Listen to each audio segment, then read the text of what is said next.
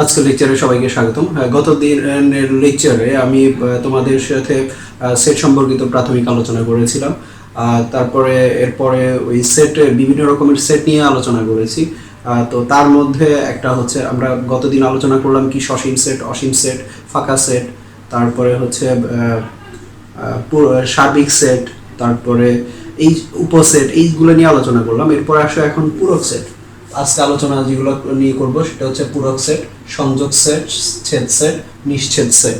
অর্থাৎ এগুলো হচ্ছে সেট প্রক্রিয়া, অর্থাৎ সেটের যে প্রক্রিয়া, অর্থাৎ দুইটা সেটের সংযোগ কিভাবে বের করতে হয়, কিভাবে দুটার ছেদ সেট কিভাবে বের করা লাগবে, এইগুলো নিয়ে আলোচনা করব।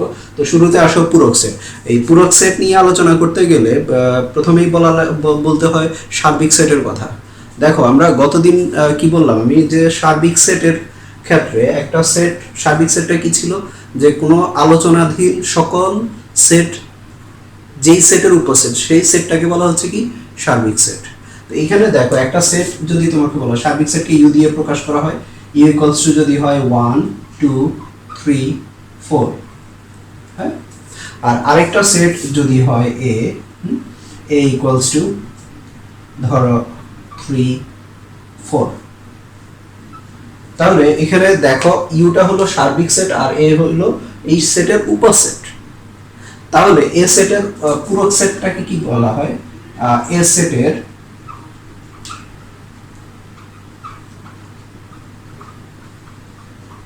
পূরক সেট, এ সেটের পূরক সেটকে তোমার এ প্রাইম দিয়ে প্রকাশ করা হয় অথবা এর উপরে সি দিয়ে প্রকাশ করা হয়। পূরক সেটের ইংরেজি হচ্ছে কমপ্লিমেন্ট সেট, ওই কমপ্লিমেন্টের সি। তাহলে এখানে এইভাবে প্রকাশ করলেও যা বুঝাবে কি এ সেটের পূরক সেট, এর উপরে সি দিয়ে বুঝাবে এ সেটের পূরক সেট। তাহলে এই পূরক সেটটা কি? পূরক সেট হচ্ছে কোন সেটের পূরক সেট মানে হচ্ছে ওই সেটের বহির্ভূত উপাদানগুলো নিয়ে যে সেটটা হবে সেটা হচ্ছে ওই সেটের পূরক সেট। যেমন যদি তোমাকে বলা হয় এ প্রাইম ইকুয়ালস টু কত, তাহলে এখানে হচ্ছে এ সেটটা হচ্ছে ইউ সেটের সার্বিক সেট, হ্যাঁ। তাহলে ইউ থেকে যখন আমরা এ সেটটাকে বাদ দিব, এটা মাইনাস না, এটা হলো বাদ, বাংলায় হচ্ছে বাদ, ইংরেজিতে বলে ডিফারেন্স। তাহলে ইউ ডিফারেন্স এ, অথবা এটাকে আবার এইভাবেও লেখা হয় ইউ উল্টা ব্যাকস্ল্যাশ, হ্যাঁ। এইভাবে যা এইভাবেও তাই, ঠিক আছে। তো এটাই বেশি ইউজ হবে তোমাদের, এটা উল্টা সম্পর্কে পরবর্তীতে জানবে।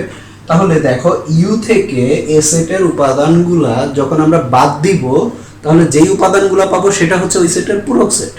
তাহলে এখান থেকে দেখো কি হবে, 1 2 3 4 ইউ বাদ 3 4। তাহলে এখান থেকে এই যে এই সেটের যে উপাদানগুলো এখানে আছে সেগুলো আমরা বাদ দিব। বাদ দিলে আমরা কি পাচ্ছি দেখো, 3 আর 4 এখানে আছে, 3 আর 4 বাদ। তাহলে 3 আর 4 বাদ দিলে এখানে থাকতেছে কি 1 2। এটাই হলো এ সেটের পূরক সেট। আমার মনে হয় ব্যাপারটা কি ক্লিয়ার সবার কাছে? দেখো আবার বলছি, অর্থাৎ এই ইউ বাদ এ, ইউ থেকে যখন এ সেটের, অর্থাৎ এ প্রাইম বলা হলো, তোমাকে যদি এখানে আরেকটা সেট বলা হয় ধরো বি, বি ইকুয়ালস টু 1 3, হ্যাঁ।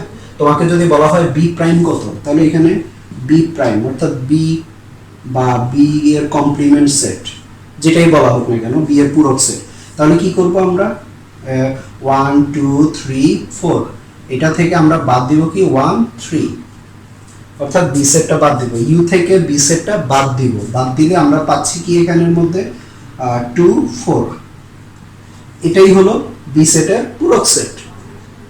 আবার এটা হলো এ সেটের পূরক সেট। এখন এখানে একটা ব্যাপার খেয়াল করো, যেই উপাদানটা এ সেটের মধ্যে আছে সেই উপাদানটা, যেই উপাদানটা এ সেটের মধ্যে আছে সেই উপাদানটা ওই সেটের পূরক সেটের মধ্যে নাই। কিরকম দেখো, আমরা যদি 1 এর কথা বলি বা 3 এর কথা বলি, বা 3 এর কথা যদি বলি আমরা 3, তাহলে দেখো 3টা এ সেটের মধ্যে আছে, তাহলে এ সেট 3টা এ সেটের মধ্যে আছে কিন্তু এ সেটের পূরক সেটের মধ্যে নাই। আবার যেই উপাদানটা এ সেটের পূরক, কোন সেটের পূরক সেটের মধ্যে থাকবে সেই উপাদানটা ওই সেটের মধ্যে থাকবে না। কিভাবে দেখো, এখানে যদি ওয়ানের কথা বলি, ওয়ানটা হচ্ছে এ সেটের পূরক সেট। দেখো ওয়ান এ সেটের মধ্যে নেই, অর্থাৎ এ সেটের মধ্যে নেই ওয়ান। সেম একইভাবে বি সেটের কথাও যদি বলা হয় এটা। তাহলে পূরক সেট কিভাবে বের করতে হয় এটার ব্যবহার আছে তোমাদের অনুশীলনীতে, অনুশীলনীর সাথে আছে, ভালোভাবে বুঝে নাও। তাহলে কোন সেটের পূরক সেট কিভাবে বের করতে হবে? সার্বিক সেট থেকে ওই সেটের উপাদানগুলা বাদ দিতে হবে। বাদ দিলে প্রথম সেটের যেই উপাদানগুলো থাকবে, প্রথমটা, এখানের মধ্যে দ্বিতীয় সেটের কোনো উপাদান আসবে না। এখান থেকে যেই উপাদানগুলো, এখন দেখো যদি এরকম হতো যে এ সেট হলো, ধরো এই আরেকটা এ হলো 5, হ্যাঁ, তাহলে দেখো এখানে যদি 5 থাকতো তাহলে কি এখানে কি 5 আসতো? এখানে কি 5 আসতো না। আমি কি বললাম, এখানের মধ্যে রেজাল্টে আসবে কি প্রথম সেটের উপাদান, অর্থাৎ এই প্রথম সেট থেকে দ্বিতীয় সেটের যে উপাদানগুলো মিলে যাবে সেগুলো বাদ দিলে প্রথম সেটের যে উপাদানগুলো থাকবে সেগুলো হবে এটা। তাহলে এখানে দ্বিতীয় সেটের, এখানে 5 আছে, এখানে 5 নাই, কিন্তু না, এখানে 5 আসবে না, অর্থাৎ প্রথম সেটের উপাদানগুলো নিয়েই হবে পূরক সেট। ঠিক আছে, এখন এটা গেল পূরক সেটের ব্যাপার। এরপরে আসো সেটের প্রক্রিয়া যদি আমরা চিন্তা করি। আচ্ছা, সেট প্রক্রিয়ার আগে আমি আরেকটা ব্যাপার নিয়ে আলোচনা করব, সেটা হচ্ছে ভ্যানচিত্র। সেটা সেট বোঝার জন্য খুবই ইম্পর্টেন্ট একটা টপিকস। দেখো ভ্যানচিত্রটা কিরকম, একটা আয়তাকার বক্স, এই বক্সের ভিতরে যত উপাদান থাকবে সেটা হচ্ছে ইউ সেটের সদস্য। আর একটা সার্কেল দিয়ে যেটা বোঝানো হবে, যদি এটা এ সেট হয়, সার্কেলটা হলো এ সেট, অর্থাৎ এ সেটের যত উপাদান আছে সবগুলোই হচ্ছে এখানে থাকবে। যেমন আমরা যদি এটার কথা চিন্তা করি,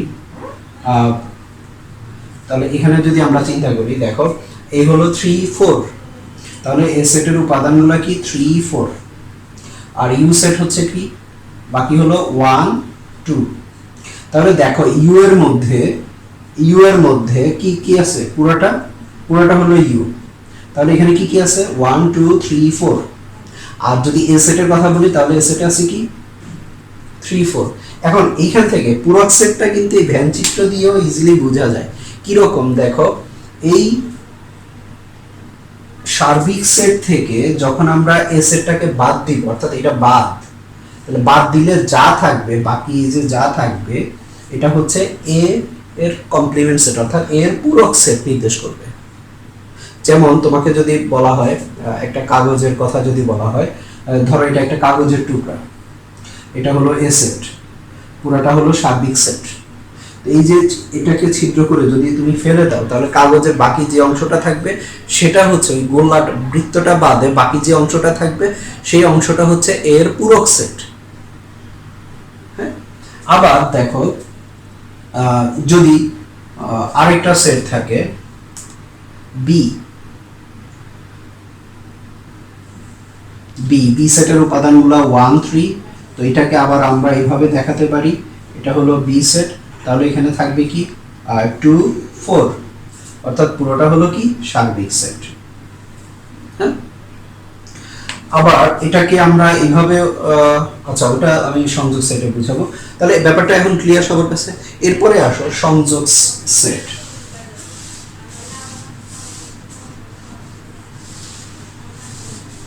সংযোগ সেট হচ্ছে কি দুইটা সেটের সবগুলো উপাদান নিয়ে, দুই বা ততোধিক, এখানে দুইটা বলা ঠিক হবে না, দুই বা ততোধিক সেটের সবগুলা উপাদান নিয়ে যে সেটটা হবে সেটা হবে ওই সেটগুলার সংযোগ সেট। কি রকম দেখো, এখানে বলা হলো a ইকুয়ালস টু কত, ধরো 3 4, b ইকুয়ালস টু হচ্ছে 1 3। এখন এই a সংযোগ b, এটা হলো সংযোগ চিহ্ন, এটার নাম হচ্ছে ইউনিয়ন, এটা হচ্ছে ইউনিয়ন, এ ইউনিয়ন বি এভাবে বলা হয়, বা এ সংযোগ বি। এ ইউনিয়ন বি, তাহলে A union B equals to কি হবে, এর উপাদানগুলো হলো 3 4 ইউনিয়ন বি এর উপাদান হলো 1 3। হ্যাঁ, তাহলে আমি কি বললাম, এখানের মধ্যে দুইটা সেট নিয়ে আমি এখানে দেখালাম, তাহলে দুই সেটের সবগুলো উপাদান নিয়ে যে সেটটা হবে সেটা হচ্ছে এই দুইটা সেটের সংযোগ সেট। যেমন এখানে কি কি আসবে, 1 আসবে, 3 আসবে, 4 আসবে। এখানে দেখো আরেকটা ব্যাপার, সেটের মধ্যে কিন্তু কোনো উপাদান রিপিট হয় না, এটা মনে রাখবে। সেটের মধ্যে কোনো উপাদান রিপিট হয় না, অর্থাৎ একাধিকবার একই উপাদান একাধিকবার থাকে না। তাহলে এখানে দেখো 3 এখানে আছে, এখানে আছে 3 একবার নিব আমরা, তারপরে 4 4। তাহলে এ 1 এখানে কি হলো, A union B equals to 1 3 4। তাহলে এ ইউনিয়ন বি কি পেলাম আমরা, 1 3 4। আরেকটা উদাহরণ যদি আমরা দেখি, আরেকটা উদাহরণ ধরো সি একটা সেট দেওয়া আছে তোমাকে, এ বি সি, বি আরেকটা সেট দেওয়া আছে ধরো বি সি ডি ই। তাহলে এখন যদি তোমাকে বলা হয় C union B equals to কি হবে, তাহলে এখানে এ বি সি তারপরে union B C D E, তাহলে কি দাঁড়াচ্ছে এখানে, আমি বললাম কি সবগুলো উপাদান মিলে, দুইটা সেটের মধ্যে সবগুলো উপাদান মিলে যেটা আসবে সেটা। তাহলে এখানে কি আসছে, এ বি আছে, এখানেও আছে, সি এখানেও আছে, এখানেও আছে, তারপরে ডি এখানে নেই, এখানে আছে, তারপরে ই এখানে নেই, এখানে আছে, সবগুলা দেখো সবগুলো আসছে কিনা, এখানে এ আসছে, বি আসছে, সি আসছে, এ বি সি, তারপরে B C D, B B C D আসছে, বি সি ডি ই। তাহলে এটা হলো সি ইউনিয়ন ডি, এটা হলো দুইটা সেটের সংযোগ সেট।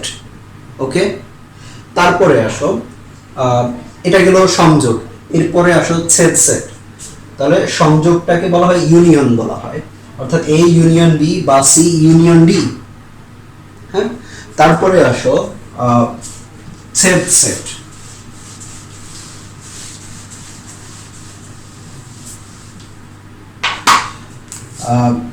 এ ইন্টারসেকশন বি, এটাকে বলে ছেদ সেট, এ ছেদ বি, অথবা intersection, A intersection B intersection, বইয়ের মধ্যে আছে, ভালোভাবে টপিকসগুলো একটু রিভিউ করবে ভাষায়। তাহলে A intersection B equals to কি আসবে, এখানে হচ্ছে দুইটা সেটের মধ্যে কমন যে উপাদানগুলো আসবে, দুইটা সেটের কমন যে উপাদানগুলো আসবে সেগুলা নিয়ে যে সেটটা হবে সেটা হচ্ছে ওই দুইটা সেটের ছেদ সেট বা ইন্টারসেকশন সেট। ওকে, তাহলে এখানের মধ্যে আমরা পাচ্ছি কি, এ হলো 3 4 ইন্টারসেকশন বি হলো 1 3। তাহলে এখানে দেখো দুইটা সেটের মধ্যে কমন কি আছে, 3 আছে, একমাত্র 3। তাহলে এটা হলো এ ইন্টারসেকশন বি এর রেজাল্ট, এ ইন্টারসেকশন বি এর রেজাল্ট। ওকে, এখন দুইটা আরেকটা একটু আগে উদাহরণ যেটা দিলাম, সি ইকুয়ালস টু ধরো এ বি সি, তারপরে ডি ইকুয়ালস টু হলো কি বি সি ডি ই, এটা হলো ই। তাহলে C intersection D equals to কি আসবে, A B C intersection B C D E. Okay, তাহলে এই দুইটা সেটের ছেদ সেট, আমি এখন আলোচনা করতেছি কোনটা, ছেদ সেট। তাহলে এই ছেদ বা ইন্টারসেকশন সি ইন্টারসেকশন ডি, তাহলে কি আসবে, কি বললাম, কমন যে উপাদানগুলো, আমি আবার বলছি কমন যে উপাদানগুলো সেগুলো নিয়ে যে সেটটা হবে সেটা হচ্ছে ওই দুইটা সেটের ইন্টারসেকশন। তাহলে এখানে আমরা কি পাচ্ছি, দেখো এ এখানে আছে, এখানে নাই, তাহলে আসবে না।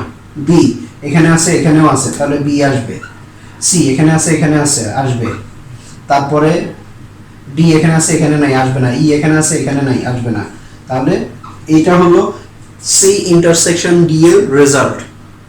ওকে, তাহলে আমরা এখান থেকে জানলাম কি, ছেদ সেট সম্পর্কে জানলাম। এরপরে আসো নিশ্ছেদ সেট, অর্থাৎ এটাকে বলে ডিসজয়েন্ট সেট। অর্থাৎ এখানের মধ্যে দেখো যদি আমি আরেকটা সেট লিখি এখানে এটার ক্ষেত্রে যদি আমি আরেকটা সেট লিখি ই হলো 5 6, ই হলো 5 6 এখানে। তাহলে এখন যদি তোমাকে বলা হয় A intersection E equals to, তাহলে কি পাচ্ছি 3 4 ইন্টারসেকশন 5 6। তাহলে এখানে কি আসবে, ইন্টারসেকশন করলে কি কি বললাম, ইন্টারসেকশনে হচ্ছে কি কমন যে উপাদানগুলো থাকবে সেটা নিয়ে যে সেটটা হবে সেটা হচ্ছে ওই দুই সেটের ইন্টারসেকশন। তাহলে এখানে দেখো 3 আছে 3 নাই, 4 আছে 4 নাই, হ্যাঁ 5 আছে এখানে নাই, 6 আছে এখানে নাই। তার মানে দুইটা সেটের মধ্যে কমন কোনো উপাদান নাই। তাহলে এখানে কি আসবে, রেজাল্ট হচ্ছে কি ফাঁকা সেট, অর্থাৎ রেজাল্ট আসবে কি ফাঁকা সেট। এটাকে আমরা এইভাবেও লিখতে পারি ফাঁকা সেট, এই চিহ্ন দিয়েও লিখতে পারি অথবা এটাও লিখতে পারি। আবারও মনে করে দিচ্ছি আমি, ফাঁকা সেটের এভাবে কখনো ভুলেও লিখবে না, এটা ফাঁকা সেট না, এটা একটা সেট নির্দেশ করে যেটার উপাদান হচ্ছে 5। তাহলে এটা ফাঁকা সেট না, ফাঁকা নয়, এটা মনে রাখবে, এটা ফাঁকা নয়। ফাঁকা সেট হচ্ছে এটা যে কোনো একভাবে লিখবে। তাহলে নিশ্ছেদ সেট কাকে বলে, দুইটা সেটের মধ্যে যদি কমন বা সাধারণ কোনো উপাদান না থাকে তাহলে ওই দুইটা সেটকে কি বলা হবে, পরস্পরের সাপেক্ষে নিশ্ছেদ সেট। এটাকে উদাহরণ এইভাবে দেওয়া যেতে পারে, দুইটা গ্রামের মানুষ, কৃষক মানুষ, একটা গ্রামের মানুষ ধরো চাষ করতেছে ধান আর পাট, আর একটা গ্রামের মানুষ চাষ করতেছে হচ্ছে কি ধরো আলু আর টমেটো। তাহলে দুইটা গ্রাম যদি তুমি পণ্যগুলো যদি একসাথে করো, কোনো কমন কোনো পণ্য পাবা তুমি এখানে না, অর্থাৎ এই দুইটা গ্রাম পরস্পরের সাথে কোনো সম্পর্ক নাই চাষাবাদের দিক দিয়ে, এদের ফসলের মধ্যে কোনো সম্পর্ক নাই। ওই গ্রামে ওরা ধান পাট আর এদিকে হচ্ছে আলু টমেটো। তো এরকম তাহলে দেখো আমরা নিশ্ছেদ সেট কাকে বলবো, যদি দুইটা সেটের মধ্যে কমন কোনো উপাদান না থাকে তাহলে তাকে আমরা নিশ্ছেদ সেট বলবো। এখন আসো এই যে সংযোগ সেট, ছেদ সেট এবং নিশ্ছেদ সেট, এই তিনটা আমরা যদি ভ্যান চিত্রের মাধ্যমে দেখি তাহলে আরো ক্লিয়ার হবে আমাদের কাছে। দেখো দুইটা সেট, একটা সেট হলো এ, হ্যাঁ, আর একটা সেট হলো বি, আমরা দেখাচ্ছি সংযোগ, তাহলে কি কমন থাকবে।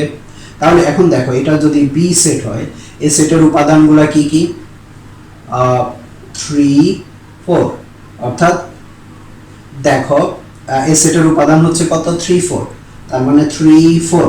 আর বি সেটের উপাদান কি আছে 1 3। দেখো তো কি দাঁড়াচ্ছে, এটা যদি সংযোগ নেই আমরা,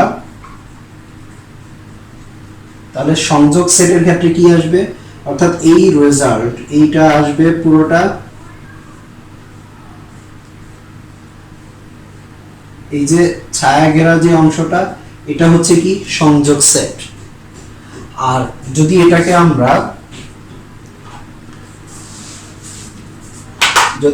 আমরা ছেদ সেটের কথা বলি এ বি, তাহলে 3 4 1, হ্যাঁ, তাহলে দুইটার মধ্যে কমন এরিয়া কোনটা, কমন এরিয়া হচ্ছে এটা। তাহলে এই এরিয়ার মধ্যে কোন উপাদানটা আছে 3, তার মানে এটা হলো ছেদ সেট।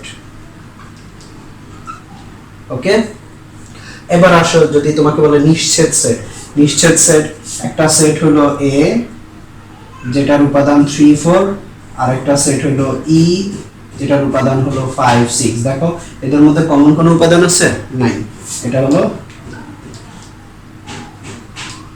নিশ্ছেদ সেট, এটা হলো পরস্পর নিশ্ছেদ সেট।